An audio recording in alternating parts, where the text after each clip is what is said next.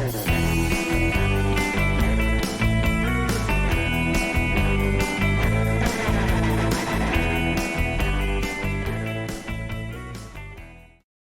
everyone, and welcome back to the Podcast Wreckers. You can find us online at podcastwreckers.com. I am Adam Aragon. I'll be your host today. And also hosting with me are these fine people. Matlock, introduce yourself. I'm Matlock, Zumsteg. I'm Excellent. Introduced now. And Kevin. My name is Kevin Jones, and I'm scared to be here. Yes, you should be. And Benny. I'm Benny Arent. I just found out I'm a host. Welcome to the party. How far you've come in only a week. We're all co-hosts with no guests today. No guests at all. Yep. I must have been really fucking good in that lousy recording. Yeah, you're all permanently in the crew now, so sorry. We have to do this every week. Thanks for giving me the option, Adam. Really appreciate that, buddy. Can I get demoted to guest and you can just talk about me the whole episode? Yeah, I'd like the demotion to guest, That's please. enough. I'll just show up every week as the guest. How about that? I don't like the idea, but I do like the idea of demoting you.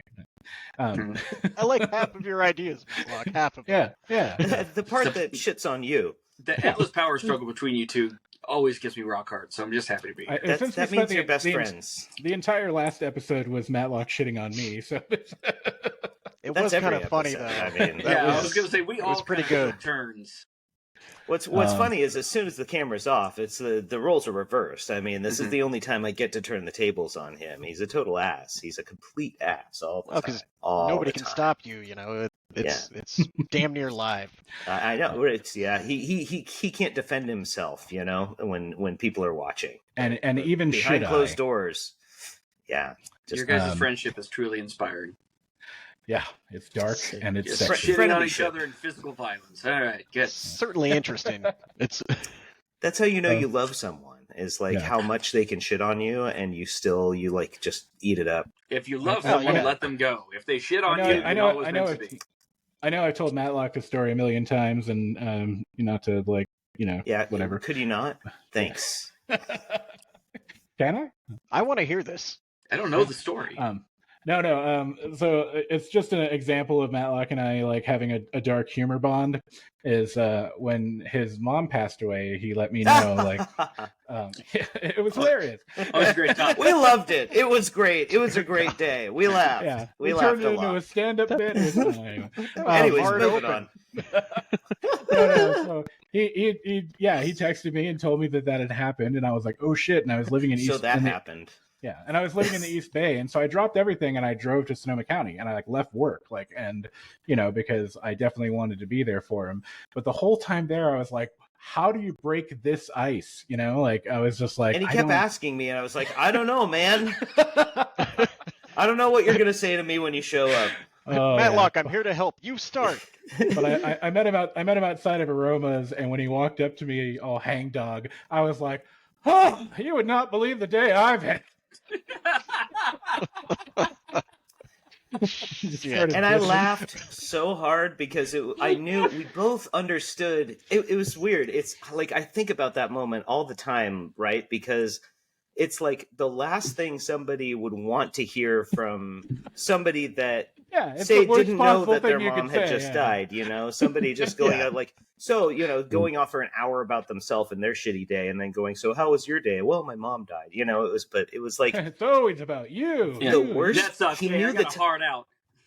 The timing was so perfect with him getting out of the car and the way he just immediately walked right up and was like, man, you would not believe the day I've been having. And the tone. I practiced that delivery in the freeway for 2 hours.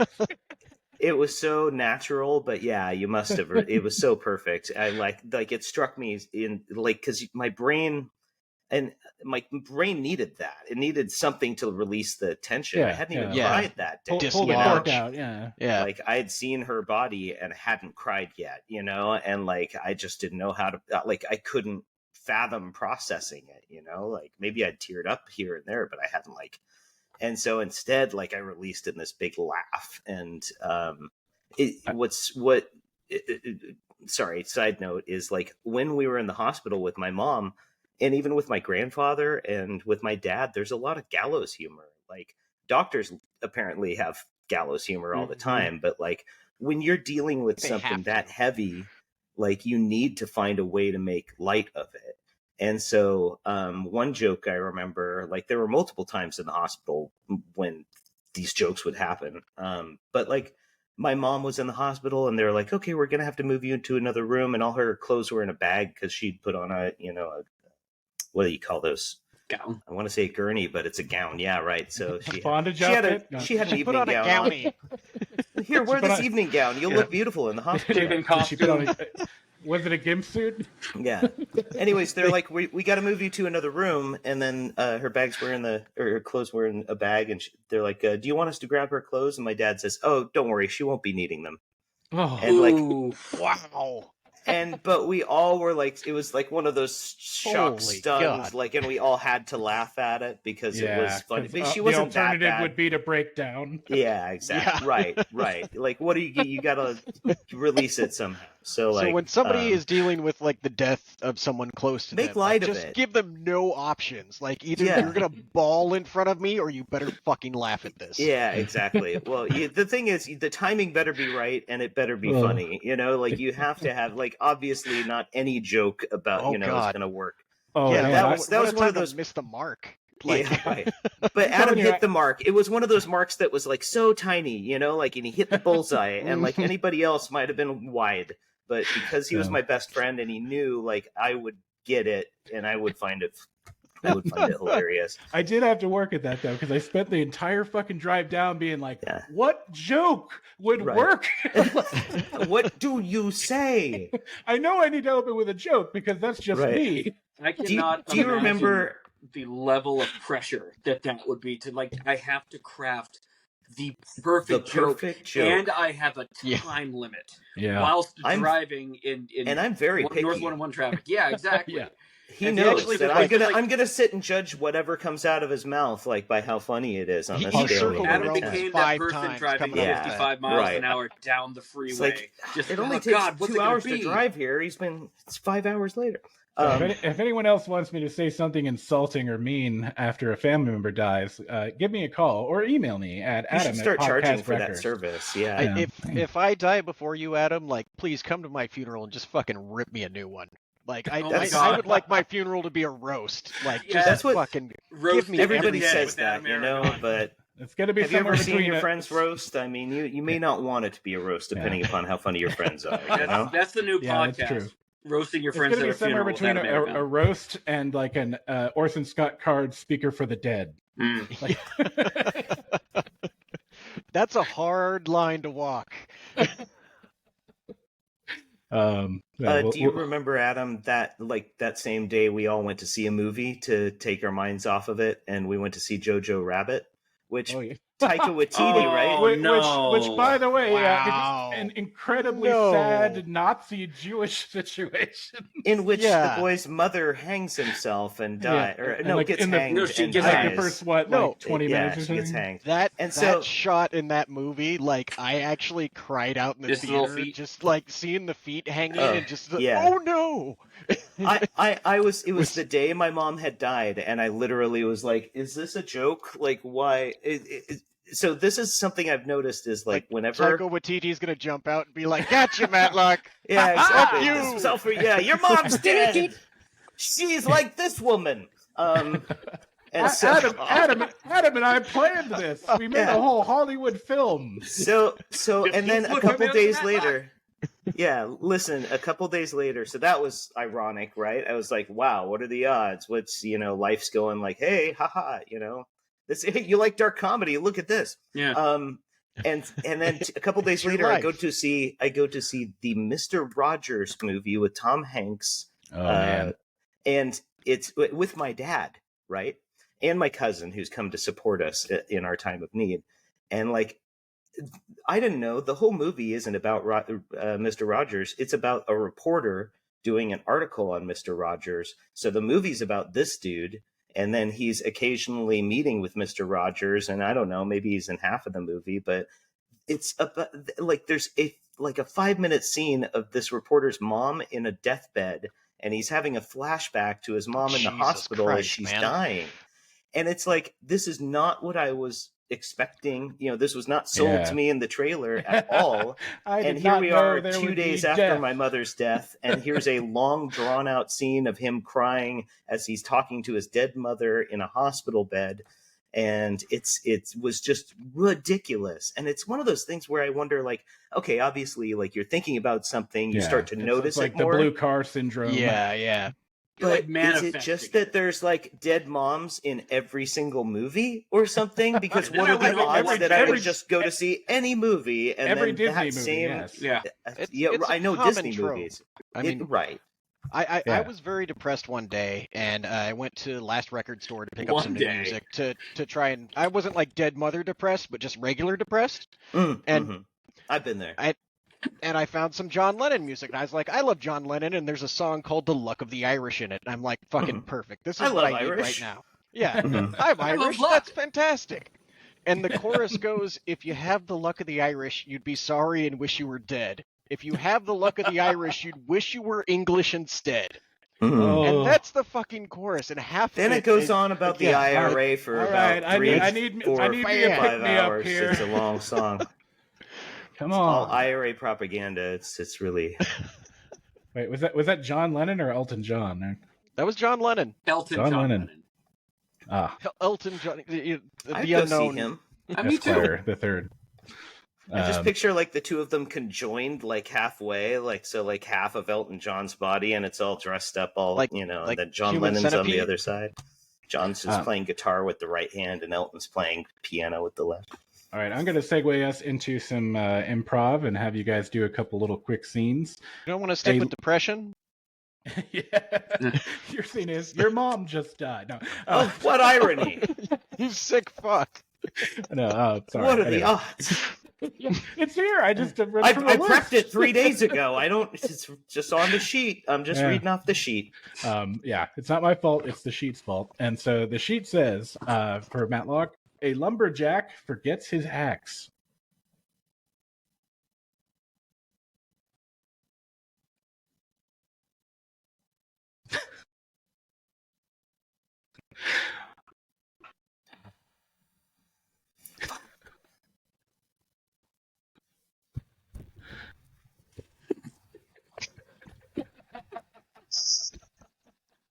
Okay, yeah, there we go. That's so simple. It was beautiful. That's beautiful. It's good. All right, this next one is for you, Benny. Oh shit! And actually, you and Kevin can team up on this one. And the guy in the bathroom stall next to you is asking for a lot.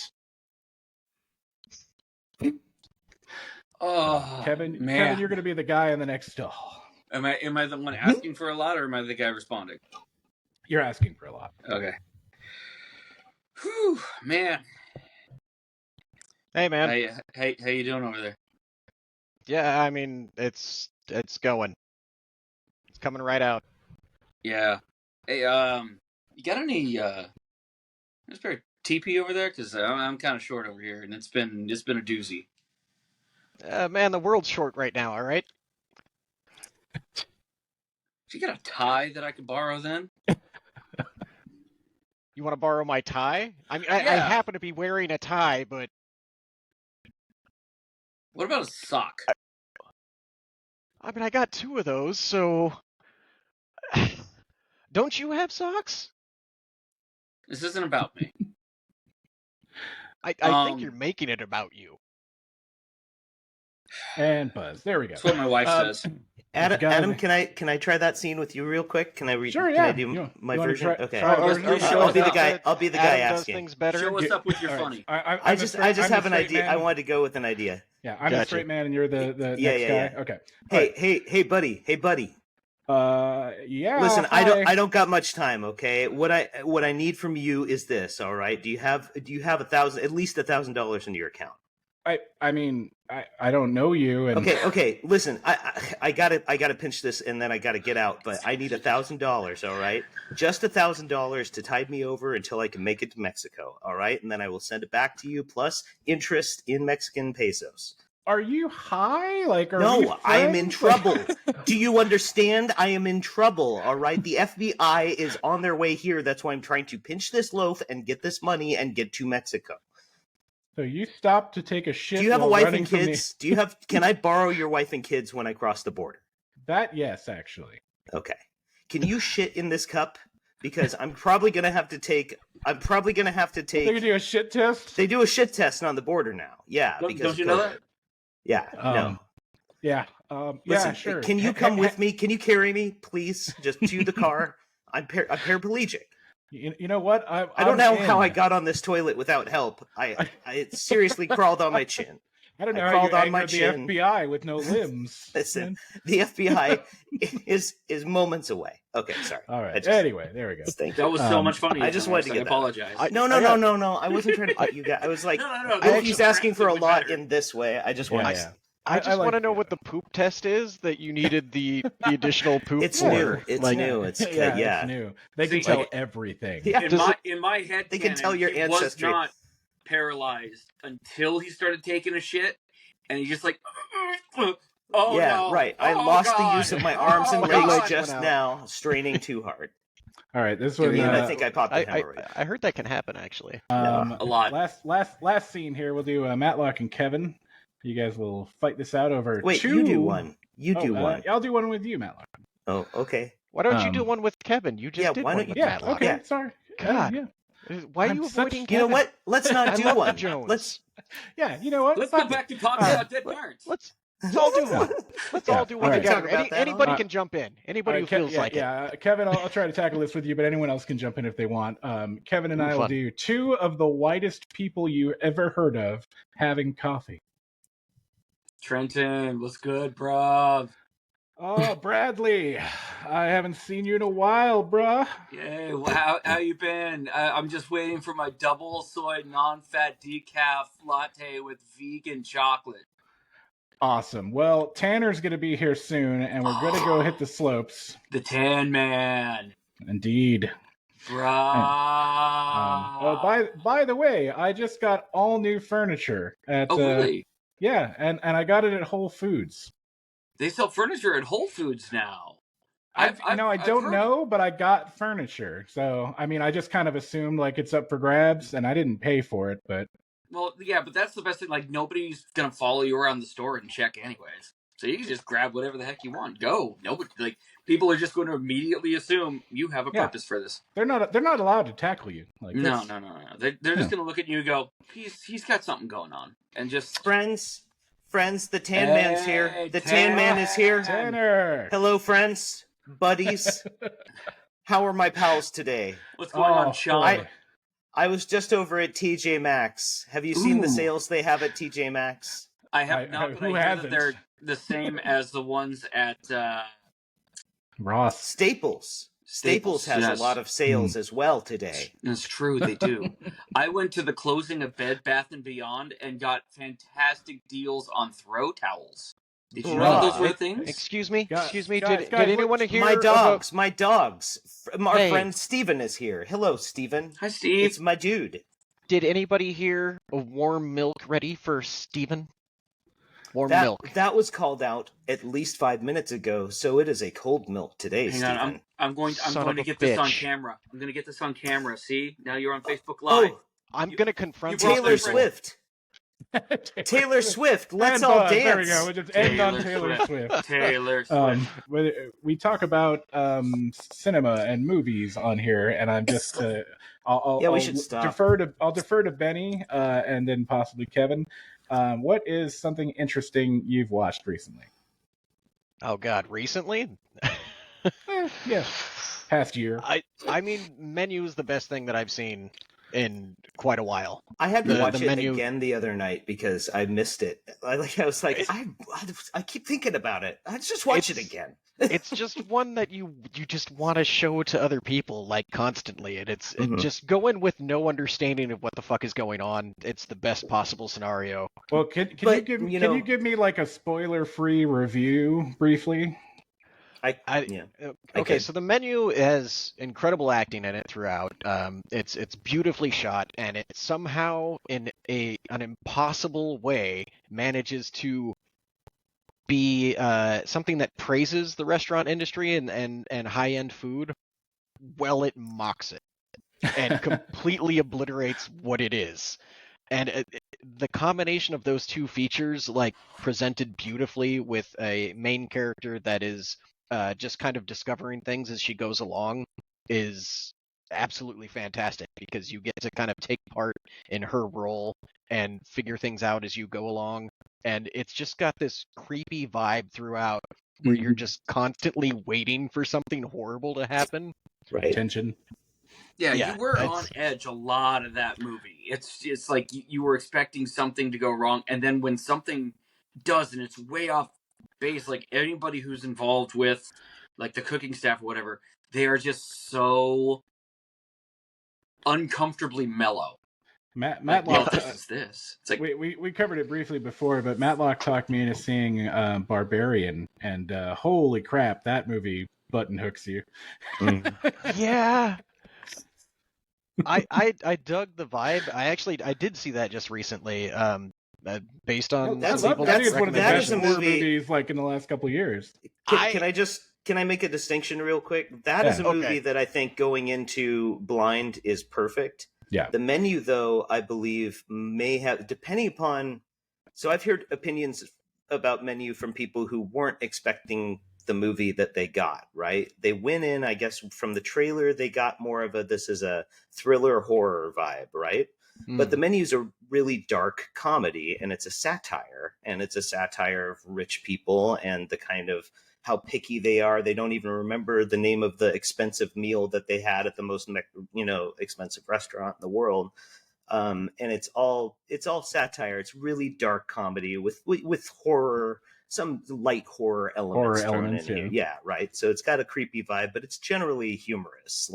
But it's all very tongue in cheek, and it's very subtle.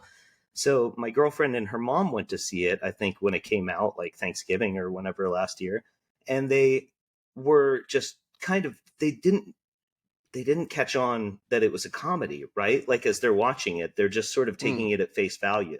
So I think because they had gone in with the presumption that they were watching a certain type of movie, they weren't picking up on the subtleties of it.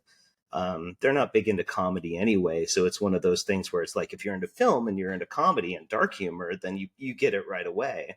But otherwise, you might go in and go like, well, this is really, that's not funny. He just chopped his finger off. What's funny about that? Or, they did this. Someone shot themselves. Jesus, why is this funny? And it's like, it's dark humor. And you have to have been looking at it through this certain lens. Yeah. But then Barbarian is very much like, it sells itself a certain way. Hereditary did this too with the trailers, where you kind of got an idea the whole movie was going to be about this creepy little girl, and then you find out that it's not about the creepy little girl that was in the trailers. Oh, it is not. It is not. Yeah, I mean, I never saw the trailer for Barbarian, and it lost me like partway through, because it started out as a very serious film, and then it took a very left field turn and started becoming ridiculous really fast. So I know nothing. So you hadn't seen any trailers? I know nothing. I had not seen movie. a single one. Oh, dude, you haven't seen it? Okay. It only shows you the first 15 minutes. So regardless of seeing the trailer or not, you don't know there's going to be a twist 20 minutes into the film that turns it on its head. Same with Malignant, kind of. For me, it was kind of like Tusk.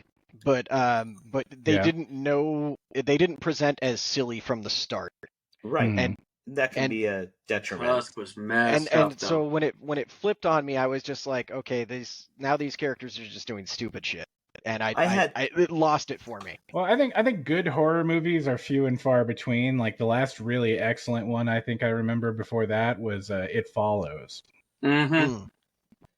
I saw two recently that did that kind of like flip the story on its head partway through. Saltburn, I won't give anything away, but I loved it, and especially because is that classified as horror? Saltburn's more of a dark comic thriller, like almost like The Menu a bit, where it's a bit of satire, but it's mostly serious. I started Saltburn like 5 times. Let me just say, I saw the trailer. I saw the trailer and I was like, oh, I like that actor, and I can pretty much tell what this plot is going to be. I've seen it a couple times. But then, and you go in and the movie sells itself exactly like the trailer does until the twist. And then you're like, oh, this is a completely different movie than I was expecting. Spoilers. Let me know that there's a twist. Oh, okay. There's a twist. Sorry, there's no spoilers. twist. Everything There's plays out exactly as you'd expect. I'm just saying it turned into something where I was looking at it from one way, and then it flipped it on its head partway through, and I was like, "Oh, this is a much better movie. Like, this is a much better angle to approach this story, and it's not predictable." And I was so elated that the film had like surprised me in such a pleasing way, and I can tell it didn't get like perfect reviews. A lot of like audience members, I think, are like, they see that like that with Barbarian, like something like that happens and they're like, oh, well, now I don't like the movie because it's not what I was expecting. Yeah, but for me, I got this like, oh, thank God it's not what I was expecting. You know? I felt like I wasn't going to like it based on everything I'd seen about it. And then when I realized it's a radically different movie, I actually ended up liking it. That's something that's kind of beautiful, even though I didn't care for its twist in Barbarian. Like when it does something like that, it polarizes people, and so it gets big reactions, which I think is good. Like that means you're actually probably laying out some sort people of art. Talk about it, It's a bold Did anyone see Malignant? That was a movie that was. So that was a movie that like has one of those twists midway through where you're like, oh, now this is batshit. No, but it goes batshit. Tell us again. Like, if you went into that movie just having heard someone say it's a piece of shit or it's amazing and crazy, you go in and you watch it and until the turn happens, it's up to you, like who you are as a person, whether you enjoy the turn or not. Do you like movies that go batshit, or were you going in hoping that it would stay a straight thriller through the whole thing? You know, The Guest. Have you ever seen The Guest with Dan Stevens? Oh, I loved The Guest. I love Dan Stevens. Yeah, it was originally about a cyborg soldier, and they turned it into he's just a regular soldier, but he acts very like almost like the Terminator. Robotic, in his mentality. Oh, that's kind of neat, actually. And so, but it's like he comes to stay with this family of someone he was in the army with, and their son died, and he was like, hey, I was in the platoon with your son, and you know, I just wanted to say he told me these last words, and they're like, oh, stay with us. Yeah, he kind of ingratiates himself with the family. And you can kind of tell, like, oh, well, if this is any other movie, it's going to like go, oh, he gets creepier and creepier, and then like, oh, he attacks the family or something. But instead, the third act, they decide to turn it into like a Halloween horror comedy, and it goes really like off the rails. And it's like it's a good Halloween movie, but it's like the tone shifts so dramatically, but in a way that either you're going to love or hate, you know, it becomes divisive, like you're saying, polarizing, where most people are like, oh, I was hoping this would stay the same movie the whole way through. And it's like, now it's just having fun. That's the thing. I mean, if you're enjoying that ride.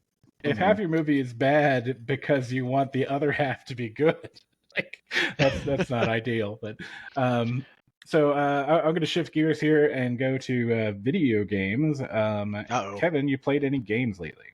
Oh, I will. Tears of the Kingdom.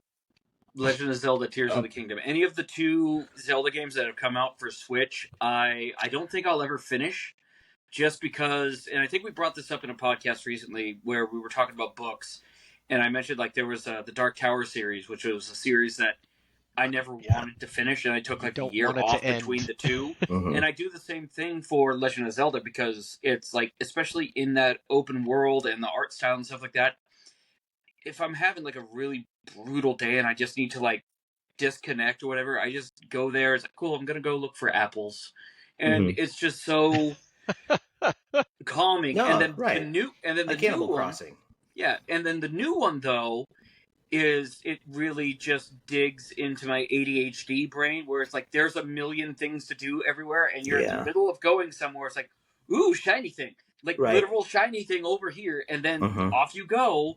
And then it's like you learn how to build things, and now there's this massive online community who have learned how to build giant actual fighting robots. Yeah, like a Minecraft community of Zelda players. It's what they were able to do with that game and still have such a fantastic story.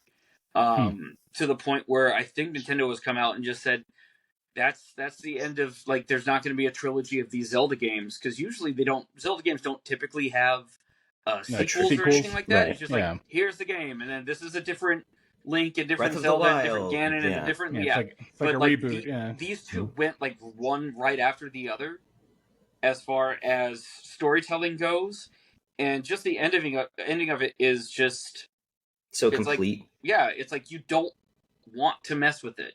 Yeah, it's don't like make another one. Please don't make another one, Nintendo. We don't want any more. It was perfect. I've had the same reaction to movies too, where it's just like, you know what, that was great. I really hope they don't make a sequel because it was perfect on its own. It's like, now we're planning the cinematic universe. You're like, fuck. Right. Just leave it alone. It's okay. Just leave it alone. You know what? They surprise you. You know, right? Like there are sequels that are amazing. On Benny's point, and this is going back to movies and television a little bit, is White Lotus, which is similar in tone to The Menu and Triangle of Sadness, both those movies, where it's like a satire of rich people and how out of touch they are. So season 1 of White Lotus is just, it's pretty much that, a murder mystery at a resort where a bunch of rich characters are floating around having sex, being white and rich and stupid, right? So I guess yeah, right. You're just describing my weekend, but yeah. Written by Mike White, who wrote. It's written by Mike White, who wrote School of Rock and Chuck and Buck and a bunch of other stuff. But I watched the first season and I was like, this is good. It was clever. That's fine. Like, it doesn't need another season. Like, we don't need to do this every season. Oh, another murder mystery. Who did it? Like, they show a body at the beginning of the first episode and you don't know who it is until it's one of these characters you'll be watching. And then you find out how they died at the end. There is a tendency to like just bleed things to see how long they can let it run. Yeah. So I wasn't going to watch season 2, right? Season 2 has Aubrey Plaza in it. And I was like, wow, I really like Aubrey Plaza and like a couple of these actors. I enjoyed the first season. I'll give it a shot. I watched season 2 twice. And it was so good. It was probably one of the best seasons of television I've ever seen because it wasn't just rehashing the first season about rich white people. There's a couple rich white people and being stupid on the show. What's her name? We were represented, you know? That's good. Stifler's mom. I don't know if they're all white. Stifler's mom. I forget her name, the actress. Jennifer Coolidge. Jennifer Coolidge is the only return. Good work, she's Adam. the only returning character from the first season. It's at a different. It's the same resort, but in a different locale. And she's like she lived. Thanks. No spoilers. No spoilers. Well, you should. You've had 3 years to watch season 1 of White Lotus.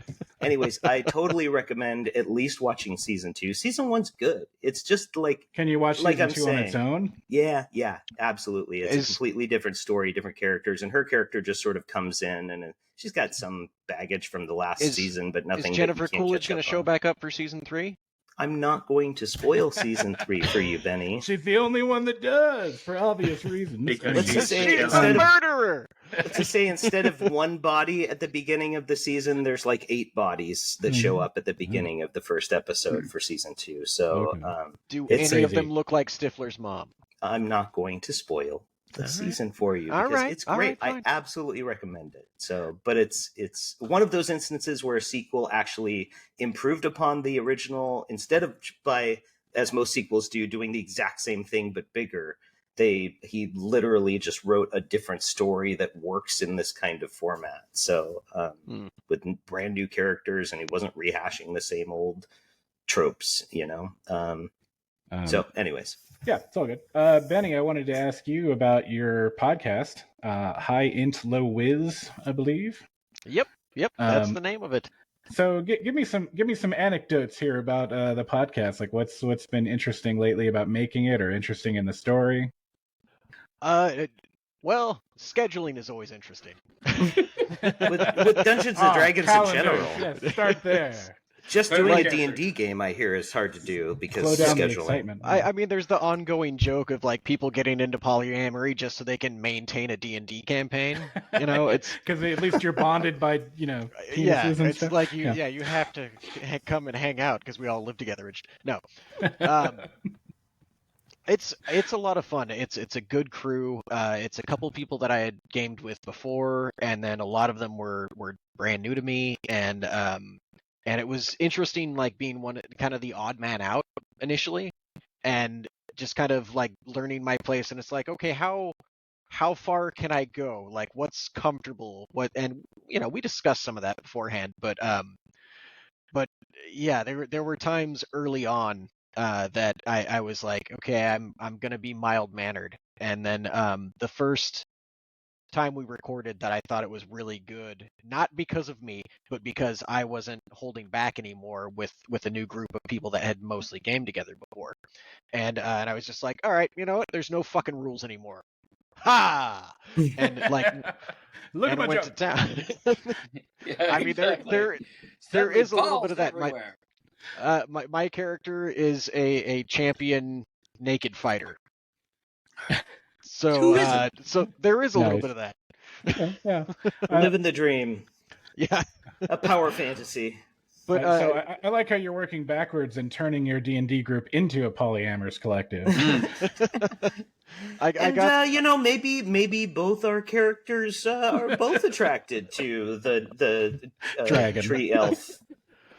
But it was neat because there was like this learning period, and then we were running with D&D 5e initially, and then all the legal issues came out with that, so we switched gears and backpedaled and like ditched the episodes we had recorded and started fresh. And I actually thought it was better that way.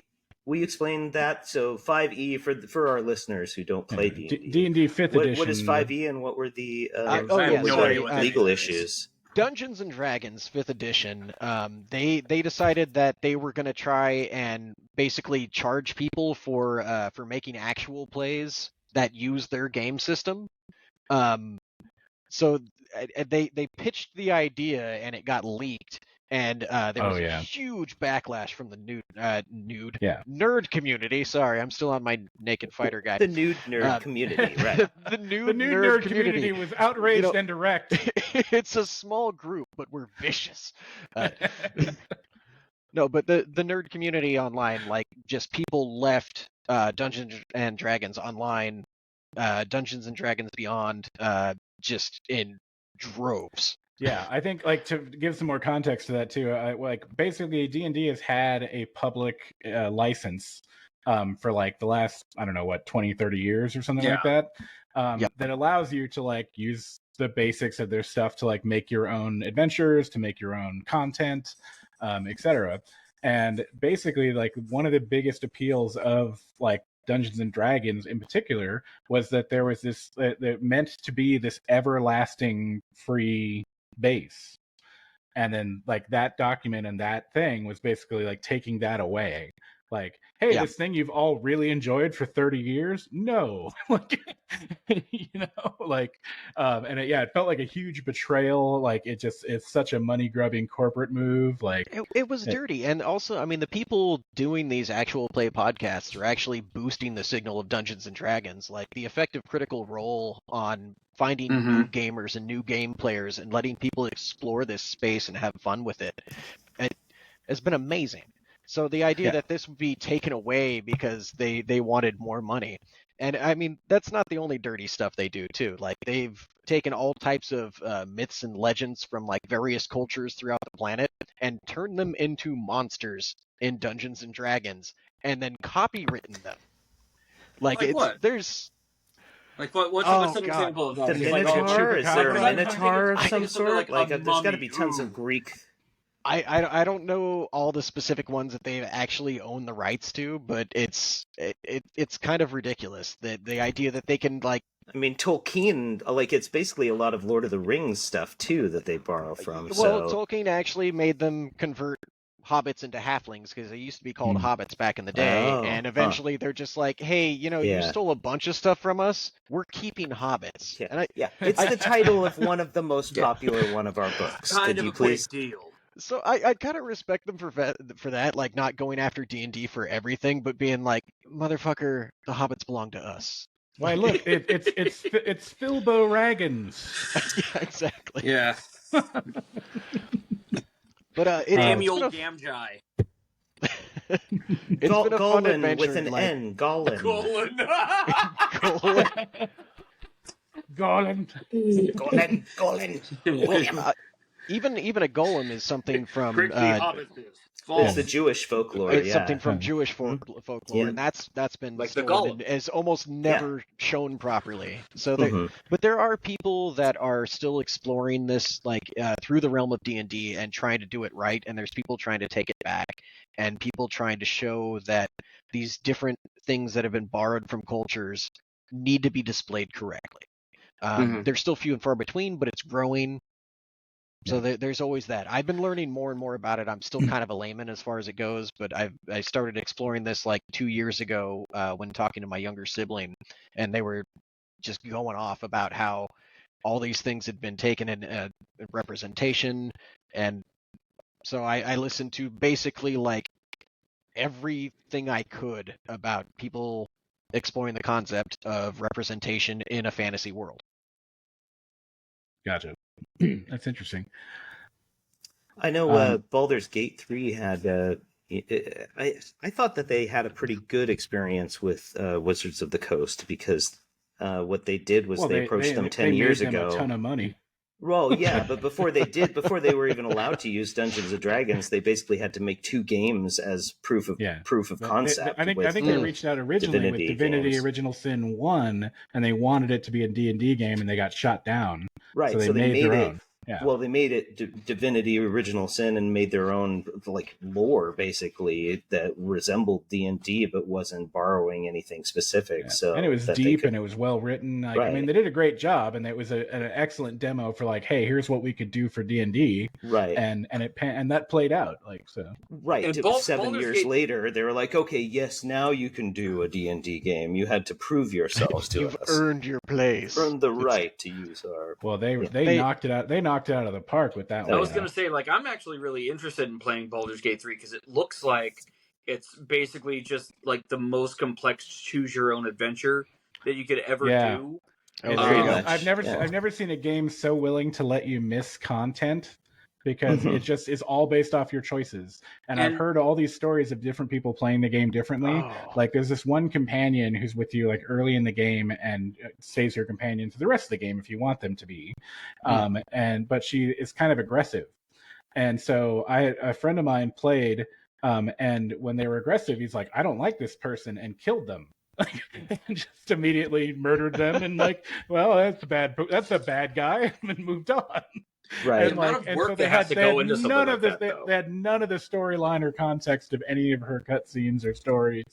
That's the crazy thing about it is that in order for them to be able to let you do anything, they had to make a very boxed in kind of story where all these variables are possible, but it's not like playing actual D&D where you're creating or you're going off and just doing whatever whenever. Well, it's definitely the DM, the same story every time you play through, but all the variables make it seem almost complete, 90% different, depending upon the choices you make.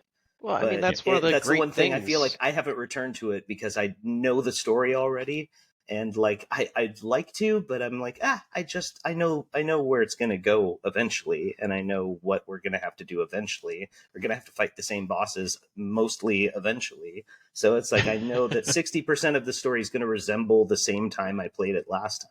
Yes, and I'd just rather have a new story. And I've seen some pretty radical I've seen some pretty radical differences. Like when I played, I didn't go into the Underdark, or at all. Right. Like I never touched it. Like I never saw it. I just I went through some probably 8 hours of content in the game. I went through some other method. I don't even remember how, of just like going overland to the next act. And I found out later it's like, oh, there's like a whole thing in the Underdark. Like there's like 20 hours of quests down there. They pretty much did that, I think, deliberately, because I remember I did the same thing. It was like, oh, we don't have to go back. We never did the Underdark. We don't have to go back to it, but we can if we want. And you go back to it, and it's not really giving you much other than content. Like you're not coming away with like any huge it's not benefits. Critical, but it's got not critical. Story. You could skip over it and still progress normally through the game. Options are one of the beautiful things. They did something like that with Legend of Zelda too, is they had the depths, and that was something that I really enjoyed. It's not optional because at some point you need to go down there and get something, but like in all of the trailers and everything like that, it's like, okay, so you have like the Sky Islands, and then you have Hyrule, and then all of a sudden it's like, oh, there's this giant hole in the ground. I wonder what's down there, and you just drop down, and all of a sudden you hear, wow, and it just says the depths, and it's pitch black. And your goal is to just kind of run. It's not as difficult as it is in the upper areas and stuff like that, but it's just pitch black, and it's really hard to navigate, and it's a lot more. It's very, very interesting. I'm underselling it, but just the discovery of that was amazing. Yeah, I haven't played the game, but I saw like a pretty in-depth review going over that, and like basically there's a huge overland map, and then there's sort of an entire world in the sky, and then there's like a third entire giant world underground in the dark. Oh, that's fun. And the size of the map of the underground is like almost the size of the overland map. So it's like it's huge. It was they just ripped off Jordan Peele, the movie Us. Spoilers if you haven't seen Us, they're just ripping that movie off. 100% rip off of Us. God damn it, Matlock. 15-year-old movie. Come on, man. That's one of the cool things about video games, though, is like they're starting to catch up to tabletop stuff where the options are so much more incredible than they used to be. I mean, that's one of the beautiful parts about tabletops is that anytime at any moment it can switch gears because the players think something is cool and the person running the game goes, yeah, let's fucking play with that. Let's run with that. Yeah. As a result, you have to put so many options in your game. So on that point, I'm playing Like a Dragon Infinite Wealth right now, right? Nice. And there's a whole Pokemon system they've built into it where you're basically the guys you fight on the street, you can then recruit as a Pokemon basically and do Pokemon fights. Get in the ball, Frank. Right, exactly. No, never again. I was thinking about how cast David. Pretty much. It's super effective. Like a dragon, it's sumo wrestlers and all sorts of like silly guys throwing fish and stuff. But I was thinking about Pokemon. I was like, how would you sell somebody on D&D? You could say, well, do you like Pokemon or do you like pretty much any RPG? Well, it's a boiled down version at all. Yeah. Well, no, I mean in a way, like most any game that uses a dice roll system and has any kind of character customization is based on Dungeons and Dragons. Yeah, a lot Pokemon of is like a boiled down version of D&D. Yeah, so it's like if you like games, then you might enjoy D&D because you've probably played a game you like that has all of those functions or uses dice roll mechanics. Or the Fallout series is 100% D&D inspired, but they just renamed all the skills into the special system. But it's basically almost the exact same parallels. What about Elden Ring? I didn't play Elden Ring. Everyone said it was great, but I really do not like Souls-like games. Skyrim is Skyrim.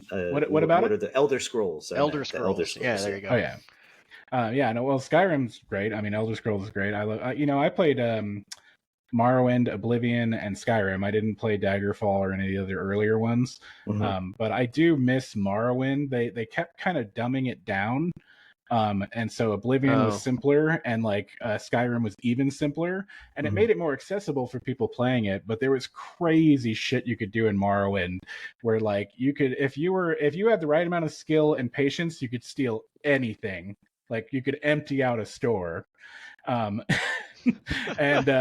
you can make your own magic spells and you can, depending on how much money you put into producing them, give them a strength in certain areas. Right. So a fireball spell could be amped up to the point where you throw the fucking sun at someone. Right.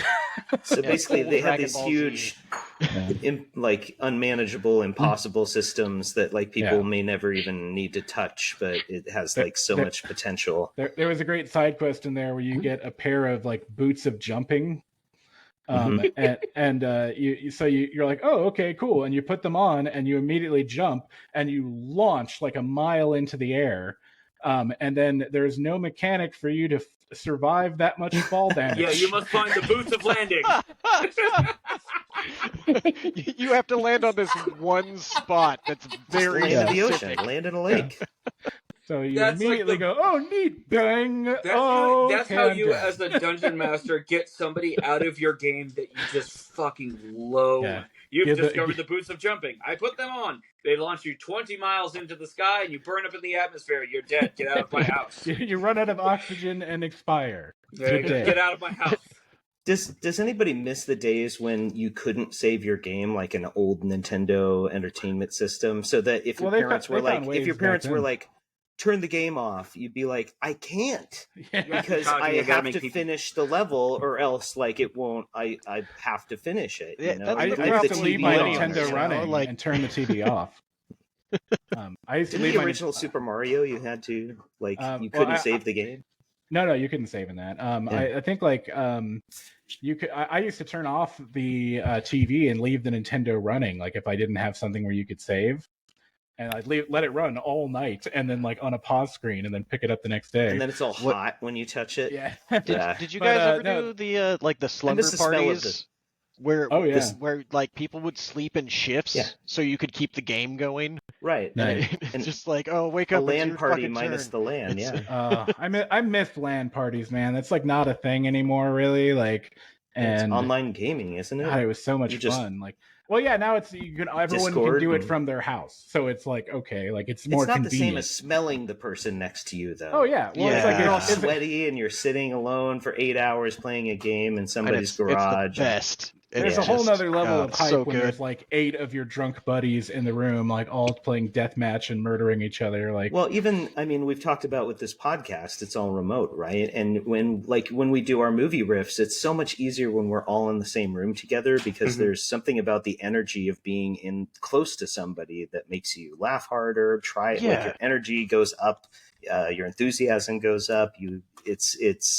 And the pacing and sharing is better. Like people don't feel like they have to interrupt to start talking. Like it just there's a natural balance. There's communication through the eyes and the body, and right. Yeah, you're getting full body language. You're able to look over at the person and make eye contact. You're just staring at a screen of 4 people staring at their screen. So there's just a better energy to it too, because like I don't. It really is something that happened like post COVID and. I kind of get why bosses, we don't want you to be remote anymore. It's like, it works just a lot better as a group when you're able to kind of like, yes, and then play off of each other just very, very naturally. We communicate, like I've heard, I don't know how true this is, but like we communicate 70% through body language, right? So like, so much is being left unsaid that when you're in the room with somebody, I feel like you don't even necessarily need to be looking directly at somebody to be able to read peripherally or even with your auditory senses, like how somebody is reacting to something, responding, even if they're shifting in their chair to something that's said or whatever, a certain way. Is that why you don't like talking to me in podcast format? Because... I like to look at your legs specifically. I stare at your crotch when we're in person. So I know when Benny like starts shaking his leg, like he's bouncing his foot up and down. As I know that he's horny. He's happy. Yeah. Actually, happy and horny. That's accurate. It's disturbing that you said that on a podcast. He's gonna fuck something soon. I know we're getting close to the top of the hour here. I did want to check in with our other social media star here, Kevin Jones, who runs fresh. Oh yeah. God, I thought you were going to check in. It sounded like you were going to check in with like our guy in our eye in the sky, Bernie in the Sky Chop. Like, how's the weather, Kevin? No, son of Zeus, like half deity. No. I was going to say Kevin runs Instagram of cooking, like antics, I guess I'll call it, and it's Mighty Fine Kitchen. At Mighty Fine Kitchen. What have you done lately in the cooking realm? I think last week I did this Caesar and cheese crusted chicken with like oven roasted carrots. And if you're not into oven roasted carrots, you're wrong. Like that's the best way to consume a carrot. Just please season your freaking food. Oh my god! Roast your vegetables. I never liked vegetables until I ate them roasted, and then I was like, "Oh, vegetables can be tasty." Brussels sprouts were the all I worst did was put thing salt and pepper on them. Why did no one tell me? Now I can tell you 5 ways to make Brussels sprouts that your kids will love. Number 3 will shock you. Number 3 that's how you're getting all those followers on your Instagram. There you go. But no, you'll get cancer. Today I'm gonna be making like a grilled sandwich. It's like a mushroom and something else panini, but I'm also like there's not enough like meat in it because protein. So I'm just gonna I always try and throw something random into the mix. Like I change the way that usually I cook. From the garbage, whatever's laying on the top layer of the garbage, I'll find something. Coffee grounds, Later this week, that's why I call it an something sandwich. What's that? Do you do like episodes like weekly or something? Is this a regularly scheduled thing? No, I try and do them weekly. This week kind of got away from me because I try and do them either on Saturdays or Sundays, but my schedule's been jumping everywhere. So I do try and get them out at least once a week. I've been meaning to ask you how. Like, so first off, I watched some of your videos. Like, I used to get them all the time in my feed. I don't know why I haven't as much, but I went to it and watched them. And first off, they're great. They're funny. They're well cut. They're just snappy. They're actually like interesting. Like, I love it. But how much time do you spend editing an episode? Because the one I watched, you just dropped down on camera. Okay. The one I watched had like a lot of cuts. Like, honestly, so much of that is just like in my head. I think of something stupid to do, and then I get my phone and go, and now I'm gonna do this. Good enough, and then stop. And so you just do a bunch of short clips and then string them all together. It's just like a bunch of random But then what's fun is like if I need to cut up a tomato and then I throw like a fistful of steak knives at it, I still have to properly cut that tomato in order to make it palatable. And pick up those steak knives. Now suddenly I have to wash all the knives. So I don't know, it's a way to torture myself a little bit, but I don't know, like, dude, cook your own food. It's so much fun. It's such a great time, and being able to just like kind of use that as an outlet to my insanity it's just really fun. And I get a lot of positive feedback. I get a lot of people who ask me, "Hey, can you make this?" I'm like, "No." Because every plate doesn't. No, I fucking can't. Yeah. Can I make a request? Yes, sir. So just to switch things up, maybe once a month you could try and make something disgusting, like something that's edible. It's food. I mean, that's not hard. Maybe it's even a dish that people eat in some countries fish. Or something. Yeah, or so just something that is fish. just right. No. So make yourself like a cooked fish, but make sure it's like what's the Swedish fish that smells really bad? Oh yeah, they're gummies. No, not the gummy fish. I mean, they don't smell great, but they just smell like cherry or whatever. I don't know, man. You leave those out for a while. They ferment. I just know the internet blows up when people eat things they don't like or are not supposed to do. So even babies eating lemons, they go crazy. Like a fermented fish. Lemons. Yeah. It's like a. Herring. It's pickle herring. No, it's not that. I'll look. It's got a great name. I'll look it up. Lutefish, isn't it or something? There you go. Or luskfish, loot. But Kevin, what's your favorite thing to cook? Surströmming. Surströmming. That's what it's called. That's a hard one. Usually, surströmming. Show a picture of it right now, Adam. Any form of like surströmming. chicken or chicken thigh. I try not to cook. I don't like cooking with chicken breast. It's too temperamental. Chicken thigh is a lot easier. It's a lot more forgiving, and reheating it, it always stays nice and moist. Whereas like chicken breasts, you reheat it and it's just dry as a bone and not as good. Yeah. But and then I was thinking about adding on to that. I'm just gonna throw this your guys' way. At one point in time, I decided to look for like the best burger in Sonoma County, and now I'm down here in Southern California. So may the hunt begin anew for the best burger that I've had. My vote in Sonoma County was Mike's at the Crossroad. It's a quality burger. Stark's Steakhouse has the best burger. Good. It's that thing's because they make that with like actual like aged like beef, right? Like, I don't know that it's aged beef, but it's just a fucking good combo, man. And I talked to my buddy that worked there, and I think he said like, is that the case? Yeah, and so I think he literally said like it's ground up steak, like the steak we serve. Mm-hmm. Like, okay, all right. There's a place around here called Slater's 50/50, and it's high quality ground beef, 50% ground beef and 50% ground bacon. Nice. Okay. It's not as good as you think it would be, though. It actually, because the bacon doesn't render as tender as the beef, it comes out actually kind of chewy. But it was really interesting. At least it's fun. So, again, we are at the top of the hour, so I just wanted to thank everyone here for being here and being no longer interviewee, but a host. Screw it. I'm a host. Podcast Records has no discernible format, and that's what we pride ourselves on. But Can I make a suggestion real quick? Everybody should go ahead and Google surströmming, men eating surströmming. I'll put a the lot of spelling videos. I remember one from years ago Swedish though. Fish, is this? This is it's like, about you're fermented just having us fish. look up something dirty. No. I'm just saying for surströmming. SURSTROMMING. It's gonna be a guy like jerking off into a No. If this is about dolphin you can fisting, find out more about there are people who will. lemonparty.org. Yeah, well, it's a surströmming party basically, where men try and eat it, and they'll end up vomiting on camera a lot of times just from the smell alone. Party. Yeah. So, but I remember one specifically from years ago where apparently I think the guys had all drank a lot of milk right before. So it's literally like a 5-minute video of every time they take a bite, like they throw up half a gallon of milk, each one of them, on each other. See if you can find that video, because I'm sure that you'll thank me for it. Do I have to find that video? I'm watching one already, and like the second that can opener pierces the top of the tin, the guy's like, oh. Like immediate regret on this guy's face. This is fantastic. I did want to do a final plug and a thank you for Benny Arent being here from INT Low WIS, a tabletop RPG podcast. That's WIS, not Z. Yes. Yes, and INT is INT. And if you're not INT, you didn't know that. You're out. Or you could call it INT Low WIS. Yes, and of course Kevin Jones from Mighty Fine Kitchen, also another plug for you and your awesome Instagram channel.